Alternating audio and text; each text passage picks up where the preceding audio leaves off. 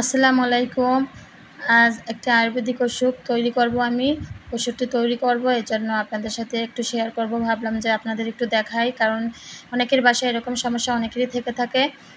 আর এই ওষুধটি তৈরি করার কারণ হচ্ছে যাদের পেটের সমস্যা, ডিসেন্ট্রি, যাদের বাথরুমটা বাথরুমের সাথে সাদা পড়ে এবং বাথরুমটা তৈলাক্ত হয় এবং যারা মানে দুধের খাবার খেতে পারে না, আমাশার সমস্যা, এদের জন্যই এই আয়ুর্বেদিক ওষুধটা তৈরি। অনেকে অনেক রকম ঔষধ খায়, বাজারের ওষুধ খায়, কিন্তু ১ সপ্তাহ খাওয়ার পরে অ্যান্টিবায়োটিক খায়, কোনো কাজ হয় না।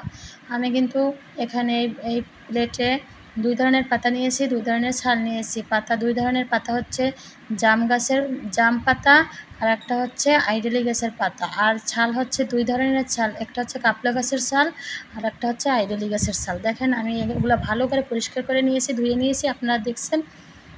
এখন এগুলো আমি ভালোভাবে একটি পাত্রে দেখেন ছেঁচে নিয়েছি, কারণ এগুলো তো অনেক একটা শক্ত ছাল। পাতাগুলো নিয়ে সমস্যা না, কিন্তু ছালগুলো অনেক শক্ত, এই জন্য আমি ফুটো দিয়ে ভালোভাবে একটা কড়াইতে ছেঁচতেছি। এটা আমি ব্লেন্ড করব, যেহেতু এর থেকে কষটা বের হবে, এটাই আপনি রুগীকে খাইয়ে দেবেন। আমি কিন্তু বাসায় আমার হাজব্যান্ডকে এবং আমার বাচ্চাকে খাইয়ে দিই।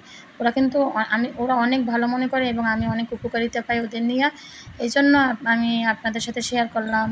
যেহেতু আপনাদের যদি একটু উপকার হয় তাহলে আমি নিজেকে অনেক ধন্য মনে করব। তো দেখেন আমার ব্লেন্ড হয়ে গেছে, আমি আরেকবার ব্লেন্ড করব। আর আপনারা মনোযোগ সহকারে দেখবেন এবং ধৈর্য সহকারে এটা বানাবেন। যেহেতু এটা তৈরি করতে কিন্তু অনেক ধৈর্যের দরকার। যেহেতু আমি বানাই, আমার অনেক কষ্ট হয়, তারপরেও আমি এটা দিয়ে অনেক উপকার পাই বিধায় আমি তৈরি করি এবং বাসায় যার সমস্যা আমি খাইয়ে দিই। দেখেন আমি কিন্তু ব্লেন্ড করতেছি, আর এটা কিন্তু ভালোভাবে পরিষ্কার করে নেবেন। দেখেন আমার ব্লেন্ড হয়ে গেছে, আর এটা ভালোভাবে এখন হাত দিয়ে ভালোভাবে ছেঁকে আপনি এটা একদম গ্লাসে একদম একটা পানি জাতীয় খাবার হবে। দেখেন আমি কিভাবে এটা তৈরি করতেছি। এখন এটা তৈরি করার পর কিন্তু আপনি ১ চিমটি লবণ দিয়ে দেবেন এর মধ্যে, চামচ দিয়ে তারপর নেড়েচেড়ে সকাল থেকে সন্ধ্যার মধ্যে আপনি খাইয়ে দেবেন। একবারে সম্পূর্ণটা খাইয়ে দিবেন না, যেহেতু সম্পূর্ণটা খাইলে কিন্তু গ্যাসের সমস্যা হতে পারে আর বমিও ভাব আসতে পারে, কারণ অনেক বেশি কষ্ট। এটা সবসময় পেটে হজমও হয় না। আর এজন্য কিন্তু আমি আমার হাজব্যান্ড বা বাচ্চাকে খাওয়াই যখন, তখন কিন্তু অল্প অল্প করে ২ চামচ করে আমি মুখে দিই আমার মেয়েকে।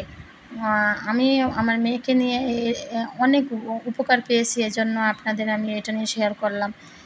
আপনারা এটা যদি দেখেন বা উপকার পেয়ে থাকেন তাহলে আমি অনেক ধন্য মনে করব নিজেকে।